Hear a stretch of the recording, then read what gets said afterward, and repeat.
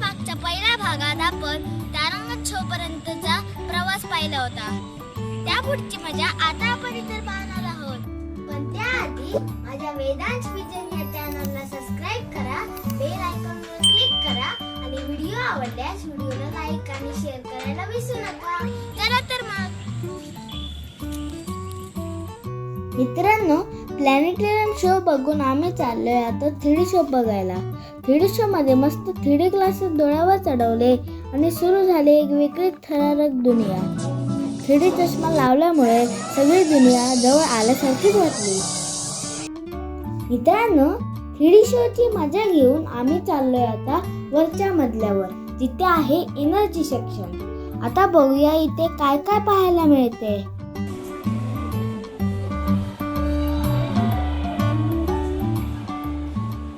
मित्रांनो, हे बघा, हे आहे आपल्या ऊर्जेचं सर्वात मोठं सेंटर म्हणजे सूर्य. याला प्राईम सोर्स ऑफ एनर्जी म्हणतात.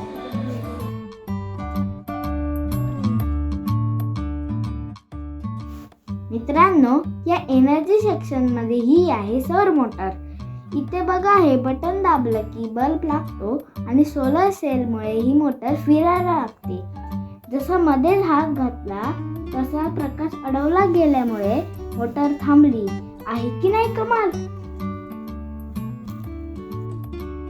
ही बघा, लेझर प्रकाश शोधना. मित्रांनो, या मॉडेलमध्ये आपण लेझर प्रकाशाच्या किरणांनी बनलेले वेगवेगळे आकार पाहू शकतो.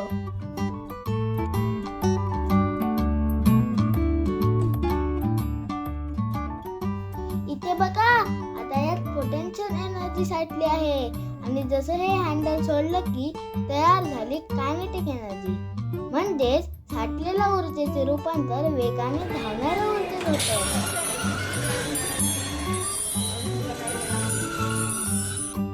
वाव, हे बघा कसलं भारी आहे. मित्रांनो, ही मशीन म्हणजे ऊर्जेची एक गमतीदार चेन रिएक्शन आहे. सर्वात आधी विजेमुळे ही मशीन सुरू होते. यालाच इलेक्ट्रिकल एनर्जी म्हणतात. मशीन बॉलला उंचावर नेते. तिथे बॉलमध्ये पोटेन्शियल एनर्जी साठवली जाते आणि जेव्हा बॉल उंचावरून खाली धावतो तेव्हा तिची कायनेटिक एनर्जी होते आणि वाटेत तो बॉल वेगवेगळी चक्र फिरवतो. ती झाली मेकॅनिकल एनर्जी. म्हणजे थोडक्यात काय, तर ऊर्जा नष्ट होत नाही, ती फक्त रूप बदलते. मस्त आहे ना ही विज्ञानाची जादू. मला तर तो बॉल घळंघळत जाताना बघून खूप मजा येत होती.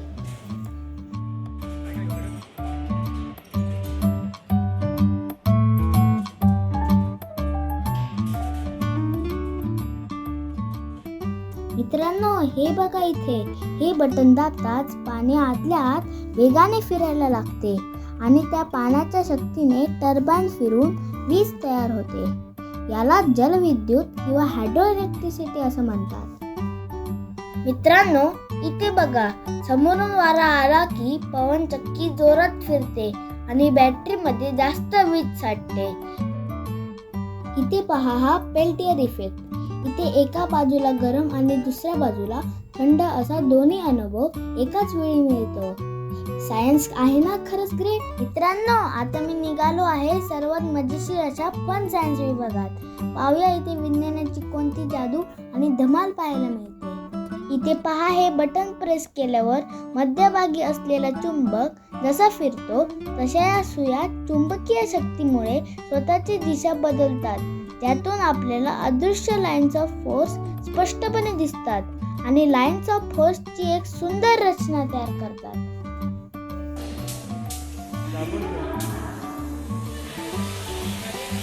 आता ही जादू बघा. स्टील रॉडवरून बोटं फिरवली की प्रत्यक्ष तारा नसतानाही संगीताचे सूर उमटतात. त्याला व्हर्च्युअल हार्प म्हणतात.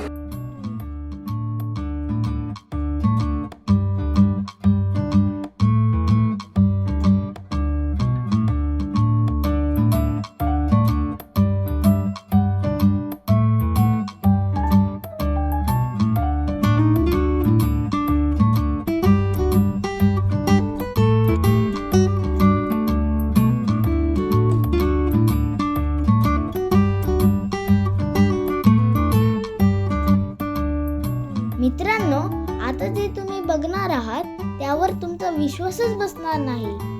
या काचेच्या खाली ही नक्की काय गोष्ट आहे? लांबून पाहताना हे केवळ एक कोडं वाटतंय, पण आता बघा खरी जादू. वाव, पाहिलात? ही तर हजारो टोकदार टाचण्यांची लाट आहे. मित्रांनो, विज्ञानाची ही अजब जादू बघा. वरून या हजारो टाचण्या भीतीदायक वाटतात, पण प्रत्यक्षात मी हात लावला की माझ्या हाताचा 3D ठसा उमटताना दिसतो. विज्ञानाची जादू हीच आहे की एका टाचणीवर दाब दिला तर ती टोचते, पण हजारो टाचण्यांवर हात ठेवला की तो दाब पसरतो. म्हणजेच एरिया वाढल्यामुळे प्रेशर कमी होतो आणि काहीच इजा होत नाही. विज्ञानाची ही जादू खरंच थक्क करणारी आहे ना? मित्रांनो, बघा ही मशीन वाळूमध्ये कशी सुंदर डिझाईन बनवते.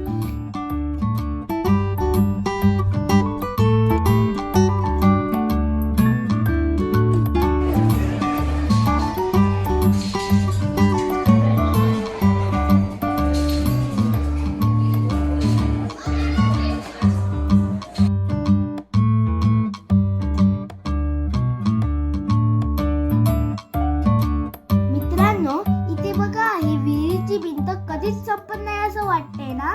दोन आरशांच्या मध्ये जेव्हा एखादी वस्तू येते तेव्हा तिचे अनंत प्रतिबिंब तयार होतात.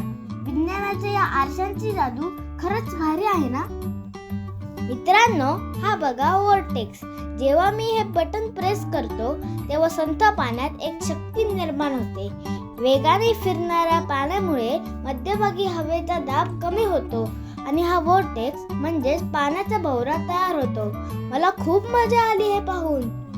मित्रांनो, ही नाणी बघा. मी डिस्क वेगाने फिरवली तरी ती हळूच पुढे जात आहेत. याला विज्ञानात एडी करंट्स म्हणतात. येथे तयार होणारा मॅग्नेटिक फोर्स नाण्यांचा वेग कमी करतो. मित्रांनो, इथे बघा. हे बटन प्रेस केल्यावर सफरचंद खाली पडतं, पण ते खालीच का पडलं? ते वर का गेलं नाही? याच प्रश्नातून सर आयझॅक न्यूटन यांनी गुरुत्वाकर्षणाचा म्हणजेच ग्रॅव्हिटीचा शोध लावला. न्यूटन यांनी सांगितलं की पृथ्वी प्रत्येक वस्तूला एका अदृश्य शक्तीने स्वतःकडे खेचते. यामुळेच कोणतीही वस्तू हवेत फेकली की ती खालीच येते. पण ही शक्ती मोजायची कशी? त्यासाठी न्यूटन यांनी हे गणिती सूत्र दिलं. Fg = G × m1 m2 / r². Fg म्हणजे शक्ती, G म्हणजे निसर्गाचा नियम, m1 m2 म्हणजे वस्तूचे वजन आणि r म्हणजे दोन वस्तूंमधील अंतर. म्हणजे वस्तूचं वजन वाढलं की खेचण्याची ताकद वाढते, पण अंतर वाढलं की ताकद कमी होते.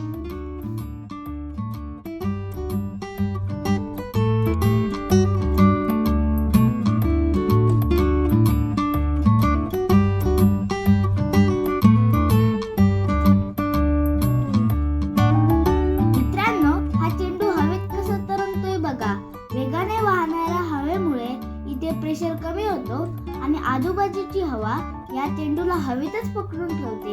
यालाच बर्नौलीचे तत्व म्हणतात. मित्रांनो, विज्ञानाचे सिद्धांत समजून घेतल्यानंतर आम्ही निघालो सायन्स पार्कच्या रंजक प्रवासाकडे.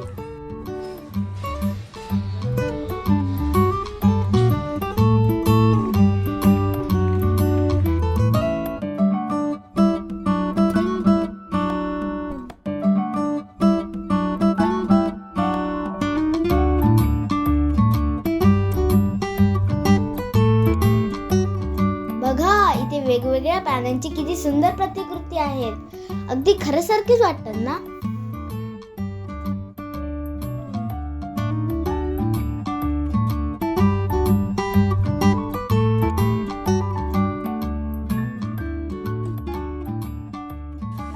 आता आम्ही आलो आहोत या पार्कच्या सर्वात खास ठिकाणी. त्याचं नाव आहे व्हिस्परिंग स्पॉट. इथे आपण हळूच बोललेलं सुद्धा लांबपर्यंत स्पष्ट ऐकू येतं. इथे मी आणि माझी मम्मा दोन वेगवेगळ्या टोकाला उभे राहून एकमेकांशी गप्पा मारतोय.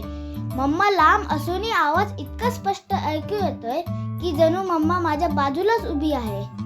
पुढे पार्कमध्ये फिरताना आम्हाला या महान शास्त्रज्ञांचे सुंदर पुतळे पाहायला मिळाले, ज्यांनी आपल्या संशोधनाने जग बदलले अशा दिग्गजांना जवळून पाहणं खूप प्रेरणादायी आहे.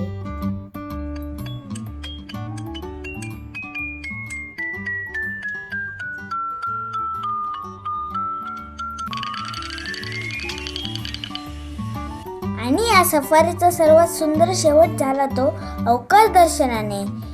आम्ही टेलिस्कोप मधून चक्क चंद्र आणि शनी पाहिले. पृथ्वीवरून इतक्या लांबचे ग्रह इतक्या जवळून पाहण्याचा अनुभव खरोखरच अविस्मरणीय होता. तर मग मित्रांनो, सायन्स सफारीचा हा व्हिडिओ तुम्हाला कसा वाटला मला कमेंट करून नक्की सांगा. आणि व्हिडिओ आवडल्यास व्हिडिओला लाईक आणि शेअर करायला विसरू नका. आणि माझे असेच नवनवीन व्हिडिओ पाहण्यासाठी चॅनलला नक्की सबस्क्राईब करा. लवकरच भेटूया नवीन व्हिडिओमध्ये. Bye bye.